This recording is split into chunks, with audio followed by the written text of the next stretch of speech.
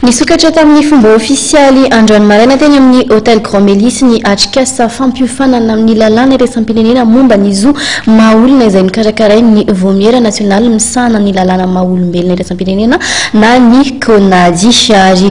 taria ny komity ny vokovokomena iraisam-pirenena moa izany tatitra avy hatrany ny Marc Antoine Sesiry Chaikotarson.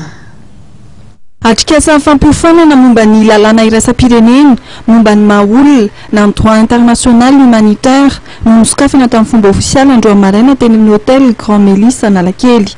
Raha mivolazan-dramatoa ary Fony Eugénie Liliane filohan'ny vomiera nasional misahana ny lalàna iraisam-pirenena momba ny mahaolona na ny CONADI dia famariparitana ny andraikitra rehetra momba izany zo mahaolona izany no asiteny amin'ity fampiofanana ity. Nous avons une formation de définition du droit international humanitaire, une convention internationale, une convention de Genève, Sindrit, Svotanis, Zaïm, Yann, Démanitation. Nous avons des femmes tuffonnes, Nathalie, un atelier, mais origine atelier satria efa voalaza teo mission CONADI manao diffusion ny droit international humanitaire mamolavola lalàna ny ratification sy ny rehetra zany momba ny traité international momba ny droit international humanitaire fampianarana ny participation amin'ny conférence internationale à Ville. Membre CONADI, le ministère de la Défense nationale, représenté dans le MAF, le FANS de Grenade, c'est le Foreigner, Téniaramias, c'est une Yaramilako, Anisani, formel, Amuel, Sanati, ça c'est un conflit armisant, c'est la dynamisme, de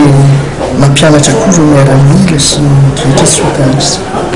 Candidat au tsara au niveau fitsarana iraisam-pirenena an'Lae any Pays-Bas Ramatoa ary Fony Eugénie Liliane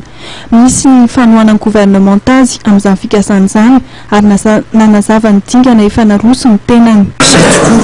Anisany présenté gouvernement malagasy zay sorako manokana misy amin'ny candidat amin'ny juge international en cour international de justice interactive Fanias Rwanda en Tanzanie fait en tant que fonctionnaire international Tanzanie tribunal pénal international pour le Rwanda ari fananangana équipe de Tsizazalfa madame directeur de campagne c'est madame Chantal Siraoué professeur de droit à l'université monsieur Ranagalson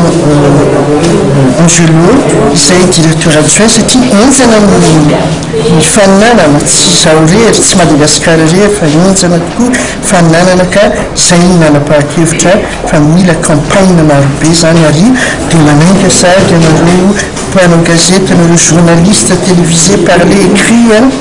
mba anoana zany campagne atao zany tokoa. Raha ny fanazavan'ity mpitsara ity dia tafiditra ao anatin'ny resaka savorovoro anatiny na ny trouble interne ny raharaha izay mitrangana etsiny